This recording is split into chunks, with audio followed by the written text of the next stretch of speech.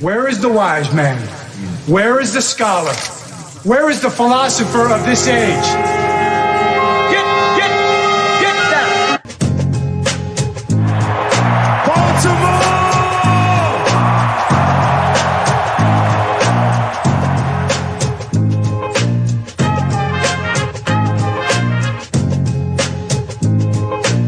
What are they getting? Everything out of me. They gonna get a Super Bowl out of me. Believe that. Believe that.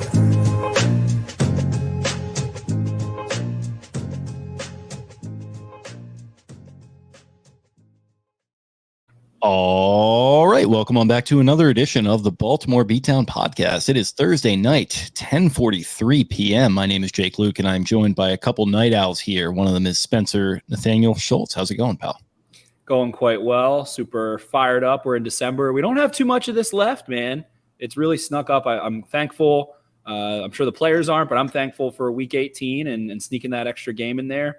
Get to steal one into January a little bit, but it's kind of started to hit me. We're getting towards the end here. So trying to relish as much as we possibly can and parlay into draft season and all that good stuff. And speaking of which, we got my digital buddy. Get to meet your face. Corey Kinnan coming on. Super fired to have you up, Corey, to preview Ravens Browns. How you feeling, brother? Yeah, it's good to be here.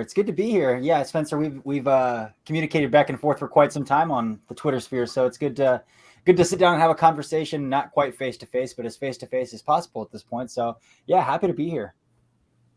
As we say in the cheese dick office culture, it's nice to meet you. Yes, it's very nice to meet you both. Jake, this is my first time, so it's great to meet you. But yeah, I'm ready to talk some ball. We got some maybe good football this weekend. We'll see how it goes, but the implications are a little steeper for you guys than they are for me. So most definitely, and I think hey, if you consider AFC North football good football, whatever that means to you, then I think that's what we're going to get, most certainly. So Corey, before we kind of kick it off, or I guess to kick it off here, wanted to plug you a little bit. Of course, plug any of your work. Corey is over at the Browns Wire, the managing editor there, and doing a ton of NFL draft content. Corey's always breaking down film, getting into the nitty-gritty of gap scheme, zone scheme, all the good stuff we love to see. So wanted to kind of go in chronological order. We always do with our guests and ask you about, your love affair with football, how it came to be, and what I guess the game means to you. If you want to get into the Browns in that sense as well, go for it, brother. Yeah, so I mean, I played growing up. I'm from Ohio. It's kind of Midwest culture to love football, especially in Ohio with Ohio State. I grew up an hour from Columbus, live in Columbus now, but growing up an hour from Columbus, it was Ohio State it is a cult in Central Ohio. So I just always grew up loving it. My grandpa loved it, my dad loved it, so I got into it. Played from a young age all the way through high school.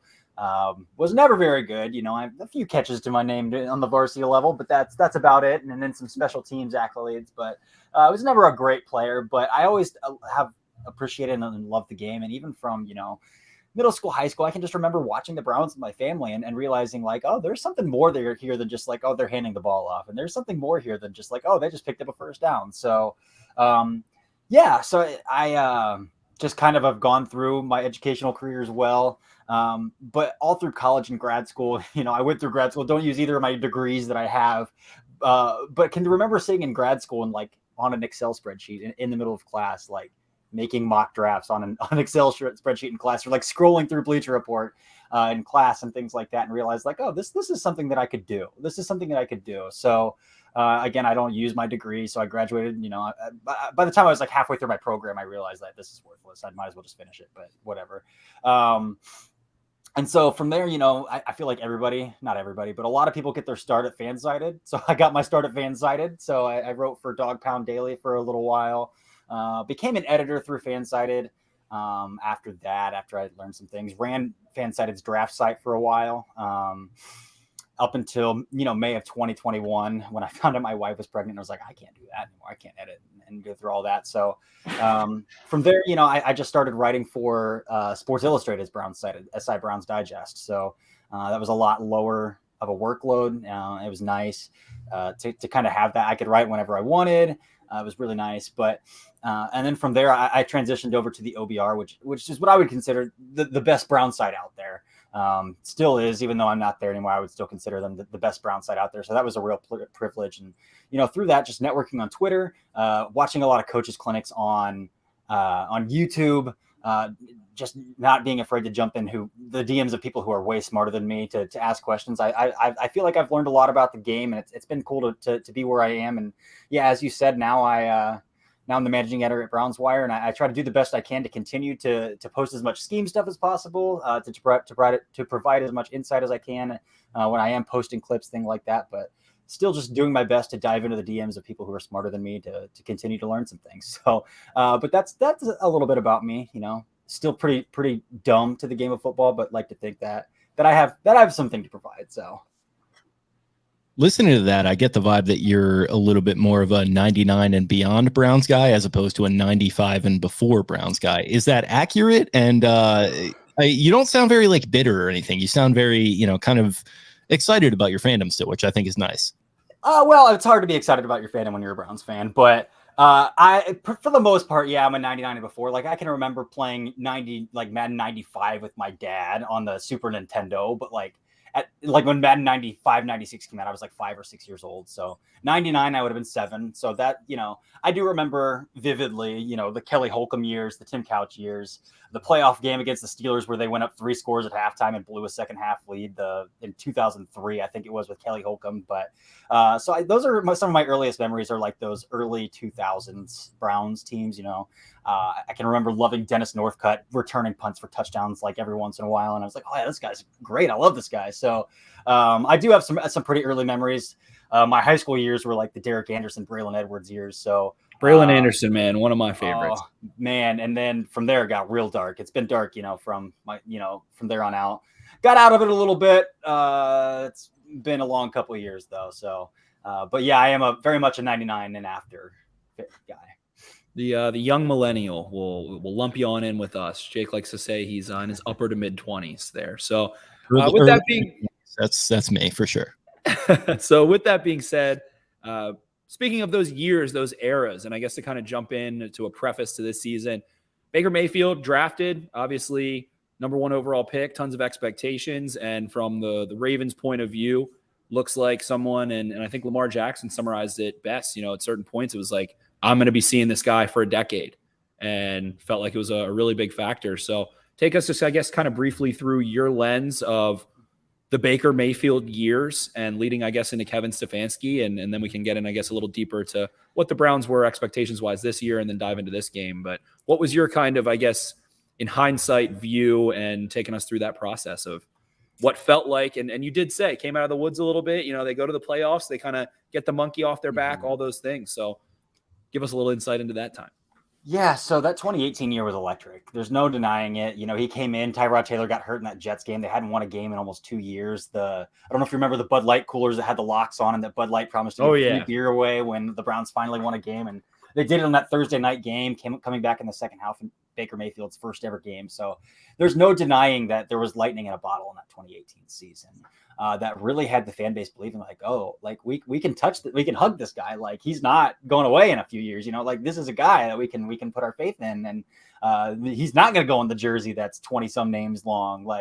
And then 2019 happened. The Freddie Kitchens year happened after, Greg Williams was interim head coach and they rattled off quite a few wins and they found some success with Baker that rookie year. And they decided, he's rolling with Freddie. We might as well hire Freddie full time. And that went very poorly. Baker still had, his EPA was still up there. EPA per play, EPA per game was still up there, even though his numbers were atrocious. I think he threw 20 picks that year. So it wasn't pretty by any means. And then that's when the Kevin Stefanski, Andrew Berry hire happened. And in hindsight, I think it's kind of easy to see that Stefanski, Berry never fully thought Baker Mayfield was their guy. I think they came in hired saying, we can see what we got here. And again, they caught some success in 2020. They made the playoffs in 2020. But 2020 was the year, the Titans did it that year too. 2020 was the year that play action really lit up the league. Play action really lit up the league. So, and you can go back and watch 2020 now and realize, Baker Mayfield didn't really have to do a whole lot beyond I know I got to get my eyes here pre-snap or post-snap. and that's pretty much it. And he found a lot of success with that. The Browns found a lot of success with that. Again, their offensive line was tremendous. Their run game was tremendous. So there wasn't a lot of pressure. And then 2021, the wheels fell off. I think even after 2020, Kevin Stefanski, Andrew Berry realized like we're watering down a whole lot of our playbook to kind of find success where we can. Again, it's all play action. It's all run action. It's all off of wide zone. It's all off of gap power play action. And then 2021, again, it started to fall off where, they began to say, can we trust Baker to run something other than high-low, run something other than play action? Can he get his eyes backside? Can he find a backside dig? And the answer to that was no. And so I think, and then there was a lot of tumultuous stuff that happened in 2021 as well. I mean, we all know the Odell Beckham Jr. dad YouTube video posting, and the kind of divide that OBJ Baker kind of had in the locker room. But again, I think by like late October, early November last year, Stefanski and Berry realized like, yeah, this isn't the guy. This isn't the guy. A lot of people wanted to blame the shoulder injury from week 2. I mean, I tend to think your shoulder injury is not going to screw up your footwork the way his feet were just god awful. The shoulder's not going to screw up where you're going to get your eyes pre-snap and where you're going to get your eyes post-snap. And that stuff, his whole process was broken. And then it obviously got really tumultuous when it got leaked that the Browns were interested in other quarterbacks. And then Baker Mayfield requested a trade, and the Browns said, "No, we're not gonna grant that." And then they landed Deshaun Watson, and whatever we can talk about there. But and then they kind of held him hostage all summer because they weren't just going to trade him for nothing. In the end, they traded him to Carolina.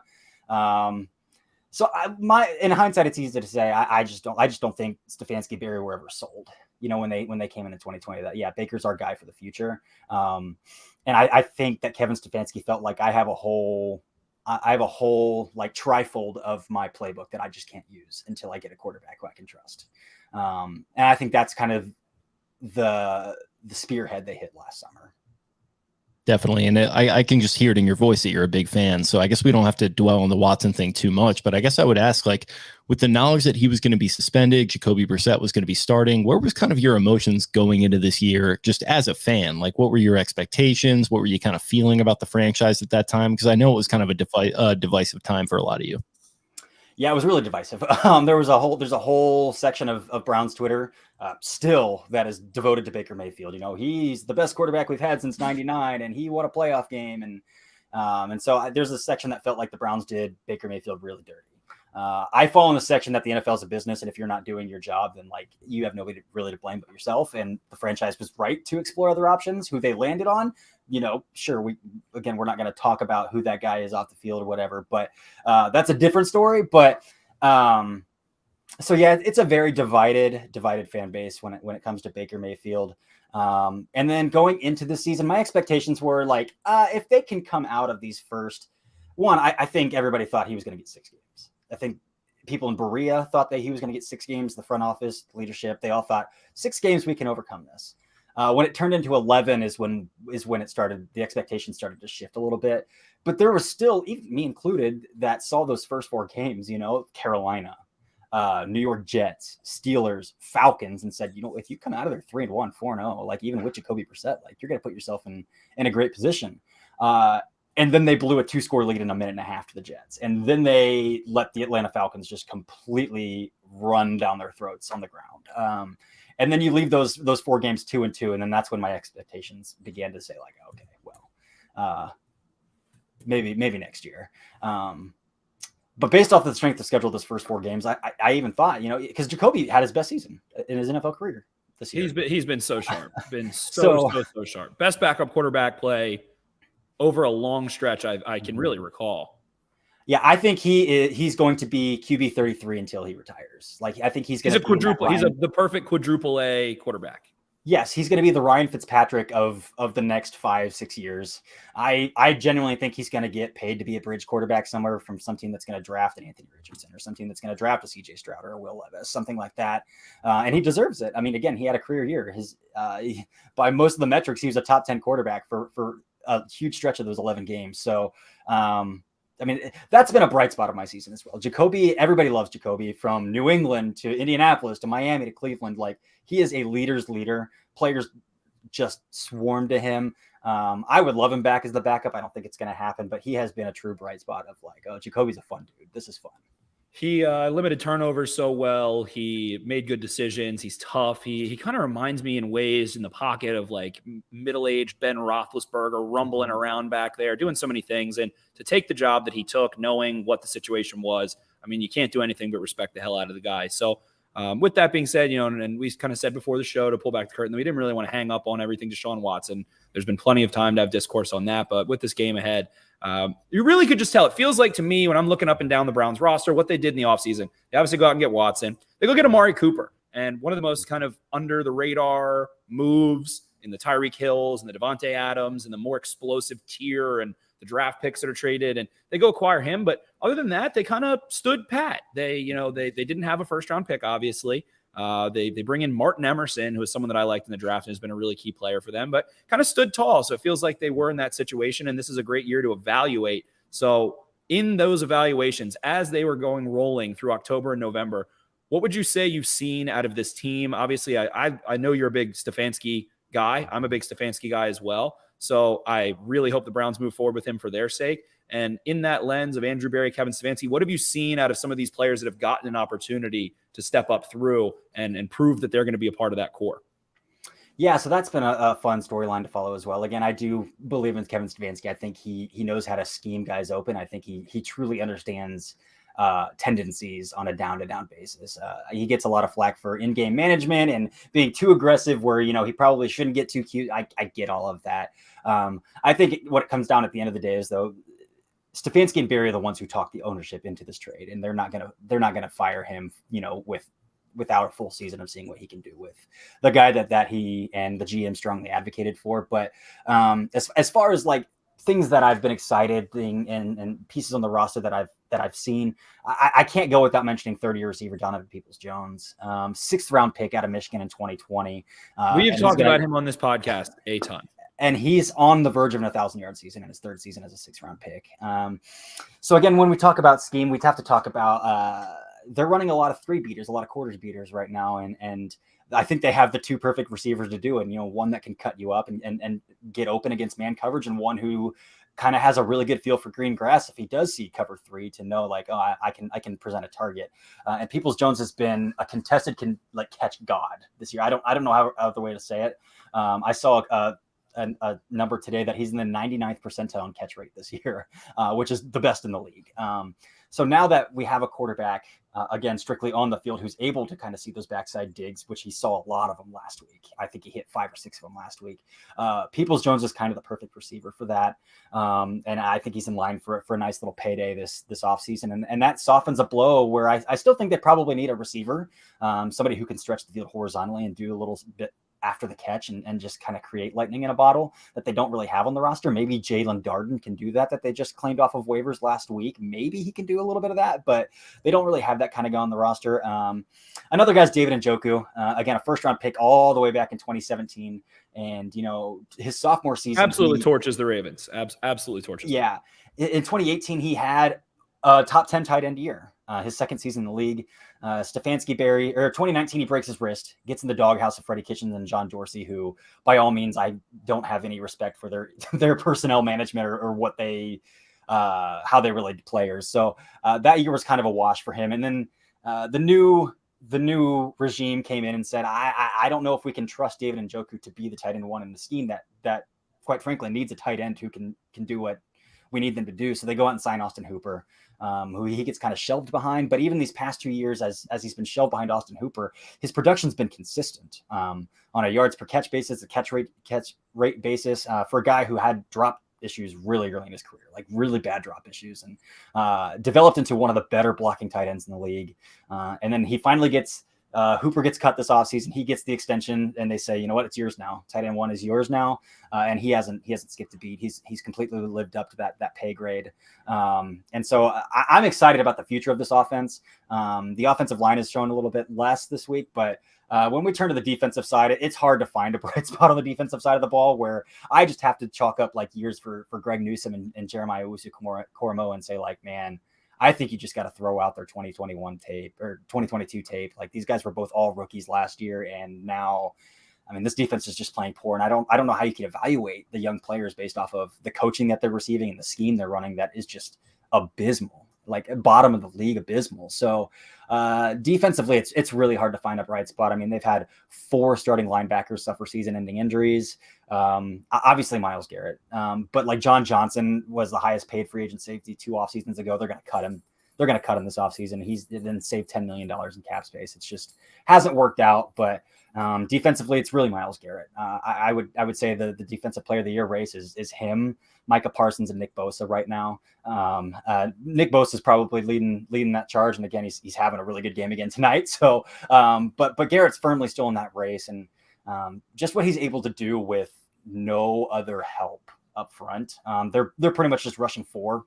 And they're getting no interior pressure, and he's still racked up a sack per game this year. So it's pretty astounding what he's able to do. So these past 4, I'm looking forward to them evaluating young players. The Alex Wrights, the Isaiah Thomases. I think they're going to have to look at some young linebackers they have on their roster, and you might see guys like Jadeveon Clowney playing less snaps as he's on a 1-year deal. And they want to see what these young guys can do. So I think these last 4 is where we're going to maybe see some bright spots in the defense or see what these young guys can do, but. Njoku, Donovan Peoples-Jones, Myles Garrett are those 3 where I'm like, yeah, this has been fun to watch. Yeah, I guess jumping into the game on this coming Saturday, how do you think that defense projects against an offense that was already struggling with Lamar Jackson, and now he's going to be out of the mix?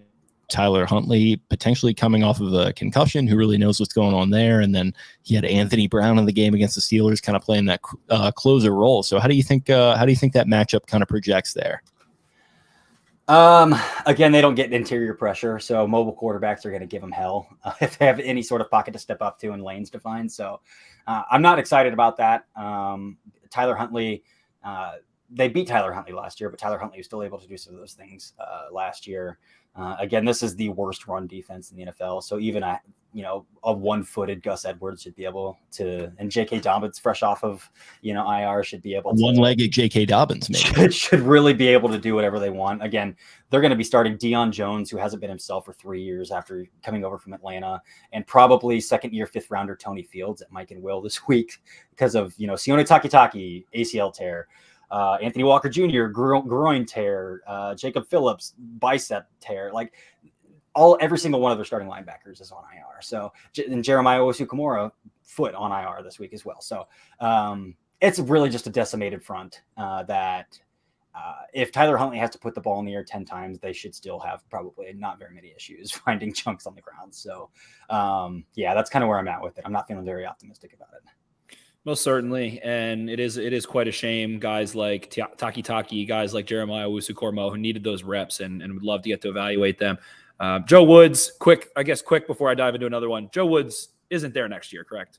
No, I don't see. I mean, he's going to coach for his job these last 4 weeks, but how do you coach for your job when you have a decimated front 7? So I don't see any way. Again, up until 3 weeks ago, the OBR, the site that I used to write for, found out that this was the worst run defense in the NFL since at least 2005.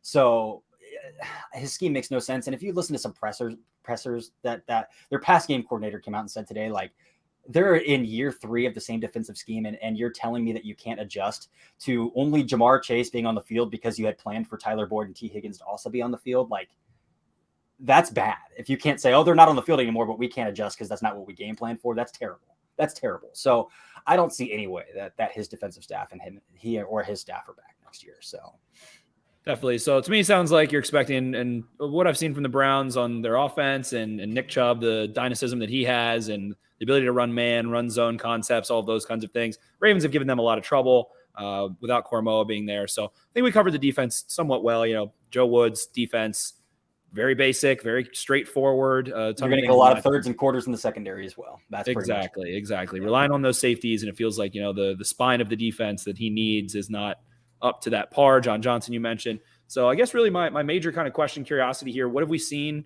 from what the offense has turned into with Deshaun Watson on the football field over the first 2 weeks? To me, it looks like some more gun run, a little bit more in the run game is a little more diverse in that sense. I'm curious on your thoughts on Nick Chubb, who obviously such an incredible player, gives the Ravens hell, maybe the most underrated runner of the football that has existed in the last decade or so for how prolific he is and what his skill set is and things of that nature. But take us through what you've seen so far and what you expect to kind of go through this game in particular and throughout the rest of the year as they ease Watson in and try and figure out what they have. Yeah, so again, the Ravens are top 10 in DVOA in terms of run defense. So, and they're 12th against the pass as well. So they're just a really good defense, which is going to be fun to deal with. But the run game struggled over the past 3 weeks, and that has not. Nick Chubb averaged 2.4 yards a carry last week against the Bengals. So, again, would you credit that largely, especially the last couple of weeks of Pochik, the Brown center, kind of going down, who's having a unbelievable year as the third string center coming in for two major injuries? Yeah, I mean, he was the backup center coming into the year. Nick Harris got season-ending injury on the first play of the preseason, and he's played like a top 3 center this year. So it does come a lot down to that, where Pochik was able to get his eyes and what defenses are doing, because they know Nick Chubb loves to find backside cuts in wide zone. That's his bread and butter. Like, he's going to force frontside action and then cut. And he's going to stick those knees right through your head, your chest when you try to go wwrap him up. Yep. And so it started with the first Ravens games. What teams are starting to do is give them double mug looks up front. Really conflict the center. Pochik was able to get his eyes to the backside backer. They're starting to gap out backside A. Hardcore. Linebackers are gapping out backside A. Pochik was able to not only get his eyes, but he's fluid enough to swing his hips around as well and kind of pick up that backside backer. Yelda Frohold is not. So they're penetrating backside. And if you want my honest opinion, I don't think Nick 100% trusts his frontside eyes yet either, because, again, backside is his bread and butter. If it's not there, he's really pressing frontside. They're not getting a lot of movement off the line frontside either, but I don't think he's 100% confident as he is backside, working frontside. So it's been a little ugly. Again, they're not getting top 10 pick production out of Jedrick Wills at left tackle. Jack Conklin at right tackles last year of his deal, and he's battled injuries, and you can tell. Wyatt Teller had injured his calf against the Ravens the first time around, and you can tell he's playing hurt. So they're just not playing well up front right now. But with Deshaun Watson coming on the field, you will see that they have incorporated a large packet of RPO and read option into their game plan. Which, again, good on Kevin Stefanski for scheming around the talent he has on the field. And they're finding a lot of success with that. They've been bringing Demetric Felton on as well. They're running a lot more jet motion pre-snap. I tend to think those snaps are going to go to Jalen Darden, who's a much more dynamic athlete. They even ran some triple option out of jet motion last week, so we're going to see a lot of that. It's also helping their screen game a lot as well. I think Stefanski has one of the sneakier screen games in the NFL. Mm-hmm. He can go deep into his bag, or he just organizes very well the simple stuff. And it feels like they understand alignment versus killing into those screens so well. Yeah, I would agree with that. Again, those tight end screens eat teams up. David Njoku thrives after the catch as well. So it's kind of a perfect match, scheme to talent there. And then passing concepts, you're going to get a lot of, spot, stick, a lot of 3-beaters. They love burner. They love burner concepts. So they're going to run a lot of 3-beaters and pick on that boundary corner a lot. But Watson looked a lot better this past week. Still not perfect. He forced a turnover, but it was a lot better than it was the week before. We'll see. I don't have high expectations these last 4 weeks. I think he will come into his own. And again, Ravens with the backup quarterback, Commanders, Steelers, and Saints to close out the year. So they have they have a chance to really build momentum these last 4 games heading into the summer and build confidence and rapport, play caller to quarterback to offensive system, kind of mesh those things together heading into the summer, where ownership, front office, coaching personnel can all feel like, okay, we have something here that we can build on. But again, it's been a little rough, which I think you could kind of expect that for a guy who hasn't played football in 700 days. It sounds like a cop out, but you can't simulate pressure. Again, he can go through the mechanical stuff. He can run concepts on air. He can go through that stuff in practice, but you can't really simulate pressure. And so I think his eyes are still adjusting to live speed football. Again, he's late getting his eyes to some of those 3-beaters too. He missed a blatant clear out concept last week. Just like, what are you looking at? Where are you getting your eyes at? So there's still some rough stuff on tape, but overall he's making throws that, again, 5 or 6 quarterback in the NFL can make. So you see it on tape. You see why, as volatile as he is as a person, that a team would make a trade like that. But it's still not 100% there yet. Looking at this Ravens defense, who's been really good at times, what would you personally do, just asking your opinion, to set him up to have success against them? And how would you? Yeah, it's hard against them? I mean, I would say keep pounding the RPO game, but you got two really good linebackers. So, I mean, if you're going to try to conflict linebacker, I mean, I guess that's a way to kind of freeze them a little bit is keep pounding that RPO, but you're going to have to stretch them horizontally. I mean, Calais Campbell's playing incredible football at 36 years old that I don't feel confident running a lot of gap power. Again, the tackles aren't playing wide enough, and your center isn't able to reach backside A or climb as well as Posick was to run wide zone as often as you would feel comfortable for a wide zone team.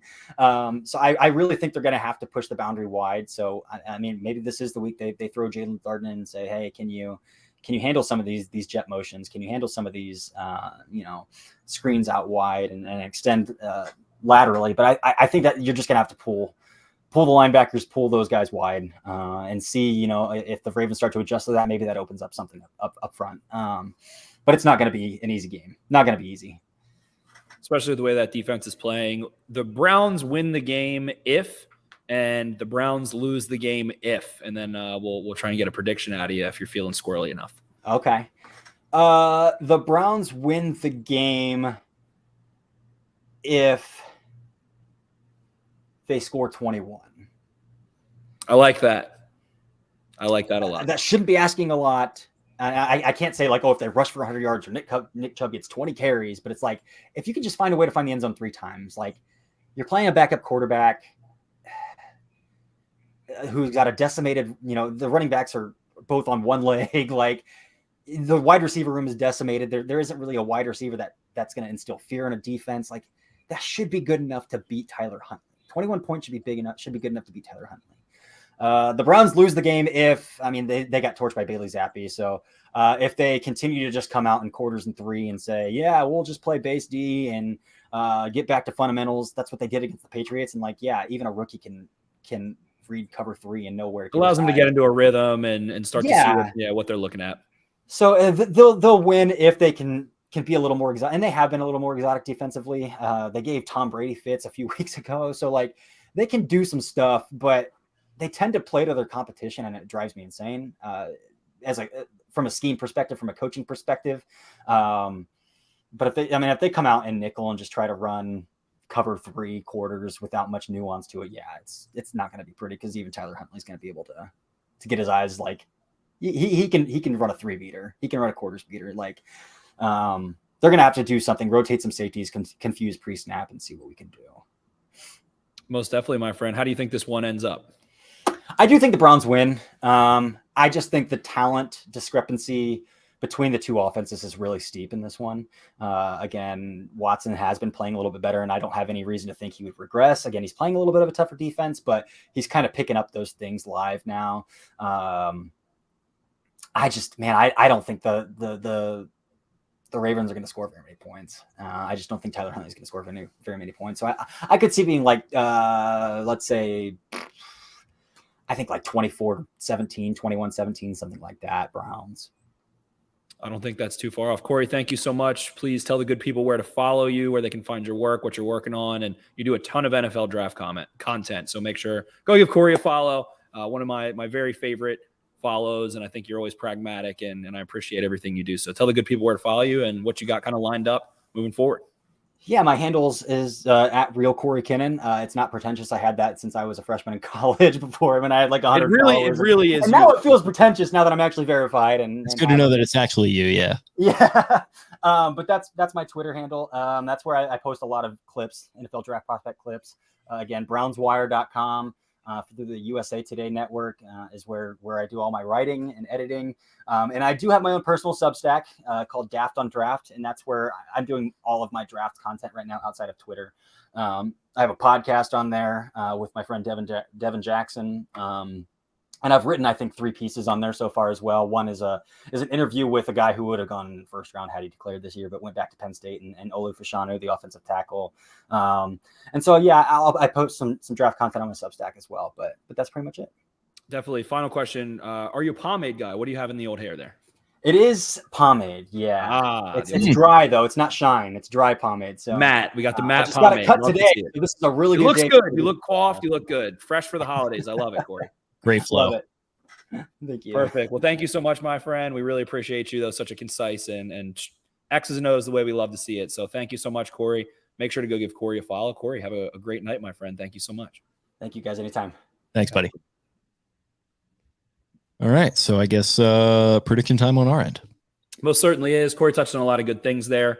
I think the key in this one, how many plays, I think Kevin Stefanski does a great job forcing the Ravens into zone and forcing the Ravens to exchange coverage, exchange zone. I think if you, and he mentioned Donovan Peoples-Jones, someone that we talked about ad nauseum that fell so far in this draft for reasons we do not, or in his draft class, I should say, for reasons we don't know. I think kind of if you can limit them to less than 4 20-plus yard gains in the air, if you can kind of put any sort of cap on that, Amari Cooper, so damn good, so able to, like Corey said, go beach in, man. If you can keep the lid on a little bit, go do some work in the red zone, win the turnover battle, the Ravens can get out of this one. I just think that the Ravens utterly curb stomp the Browns when it comes to giving them different looks, utilizing the Josh Olivers, the Mark Andrews, the Pat Ricards, and making them go figure out blocks. Like Corey said, they don't get out of their base looks very much or their comfort zone very much against the run. So I do think the Ravens will be able to run the ball in this one. I think it's going to be a close one. I think that we see it have a similar script to what we just saw last week. Hopefully this is not the week if you're the Ravens where Deshaun Watson just feels a little bit more confident or I guess a lot more confident, kind of makes a little bit of a jump there. He was with them in training camp. He did have a long layoff. He hasn't been playing for a long time. They are without their center. Their offensive line isn't playing great. So I think, like Corey said, 21 is probably a magic number for the Browns. I think if the Ravens win, they hold the Browns to less than two touchdowns and less than 3 scoring drives. So going to be a bloody battle in this one. Nick Chubb has given them some issues. They've also had some strong performances. Really excited to watch Justin Madubuike up against Wyatt Teller and someone that has given him a ton of trouble. Justin Madubuike has been a fun matchup there. So I think the Ravens are fucking feeling themselves right now. I think that they are buying what they're selling. I think that last week was huge for that and that they see the vision before them. They're prepared for this division, very much so. I think that in hindsight, them having their worst year of divisional play under John Harbaugh was a rude awakening that they have sought to fix.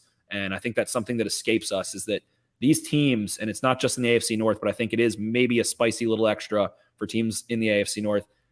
You design your roster to counter what the best team in your division does or what's giving you trouble in your division. I think the Ravens with Tyler Linderbaum and Kyle Hamilton, those picks scream we're trying to beat the AFC North. That is what we're concerned about. We're concerned about the spine. We want to go dominate teams like the Browns up the middle, be able to work back against the Bengals and things like that. So I'm going to go Ravens. I think we see Greg pull something out in the pass game, a little something for Mark Andrews. I think they put up 20. I think the Browns, like I said, if you can keep them under 2 touchdowns, under 3-4 scoring drives. So let's go 20 to, we'll go a funny number in 15 for the fun of it. Interesting. Yeah, I'm so this is tough because I don't want this to be interpreted as negative. And I know there's a lot of Ravens fans that are going to lose their shit if this happens. I got the Ravens losing this one. It just feels like you throw your backup quarterback in there, asking him to win 2 games in a row on the road is a tough proposition. And I think the Brownies, there's explosive potential there. At least you've got Njoku, who is very much explosive. You've got Amari Cooper and DPJ. Both those guys very much explosive. Nick Chubb is as well. If Watson finds a groove for even 2 or 3 drives, you maybe even get 17 points out of that, or 3 or 4 drives, whatever that might be. And it will be kind of tough, I think, for Huntley on the road to make it happen a second time, especially after he might not have been concussed, but he did get injured. He did sit out half of a game. It's just a tough proposition. So I think I got the Ravens losing 19-17, but I think it's fine. If you go 1-1 with your backup quarterback, and let's say Lamar Jackson comes back next week on Christmas Eve against the Falcons, you are in just fine shape there at 9-5. So I'm going to go ahead and say the Ravens lose this one, but I don't think it's an end of the world, sky is falling thing, even though some fans might take it to that place. Hopefully nobody will, because really that would be a pretty good spot to be in. So yeah, Ravens lose this one in my eyes, but nothing too crazy to harp on. Yeah, I could see that as well. And again, Deshaun Watson does want to get something rolling. Turnover is going to be key. It's just going to be another AFC North sledgehammer game, and it's going to be the Ravens running attack against Deshaun Watson trying to figure it out with what they have offensively. So I think that's a realistic outcome as well. And Ravens have won 6 of 7. They are finding ways to float 6 of 8. Be quite all right. I think last week was a huge game.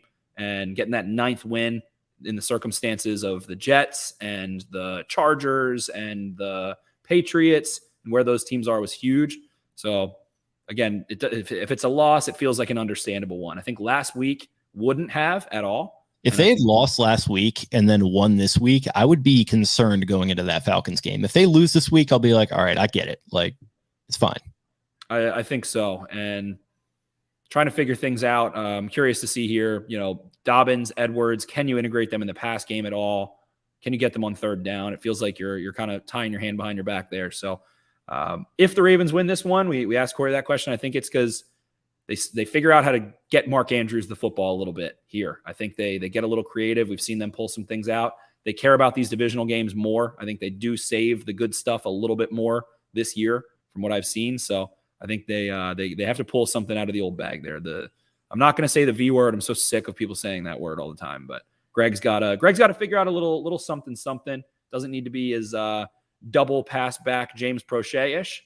Just needs to be maybe hey, let's run a really elongated read option where you can kind of do a leak or get somebody up the sideline, something like that. So with that being said, super fired up for this one. It's a Saturday game. I think I'm going to try and do a space at some point too. Talk about this one a little more. I think we're a little sleepy here. Sorry to break it to you folks. We were a little late. We wanted to get Corey on, who did a great job. So with that, I guess we can take it on home, brother. No, I think well worth it. I think he was one of the better guests we've had this year as far as breaking down a game. So that was great. Thank you for booking it. Thank you everyone for listening as always. Great one tonight here. And hope you enjoy the game on Saturday. Always very interesting. It feels like the Ravens always get these Saturday games late in the year. And you know what? I got to say, I don't hate it. Free my Sundays up. Saturday football. I mean, if this was a home game, Saturday football is outstanding. Absolutely. Yeah, we got it coming next week. We got it for Christmas Eve. That'll be a Saturday game as well with the Falcons coming to town. So yeah, fun time of year, I think. And yeah, you know what? Even if it is a loss, like I'm predicting, I think it'll be an interesting game. And Ravens in a very good spot right now. They've bought themselves some insurance and they got some time to skate. So yeah, I'm into it. I'm into all of it. Thank you guys as always for listening. We will talk to you again very soon. You can find us on social media. Follow the show on Twitter at Podcast Beatdown. You can find me at Jake Luke. That's LOUQUE. Spencer is at Ravens 4 Dummies. That is the number 4 in the middle. And that is all we got here. Thank you guys once again, and we'll talk to you, I guess, Saturday night. See ya. Arrivederci. Where is the wise man? Where is the scholar? Where is the philosopher of this age?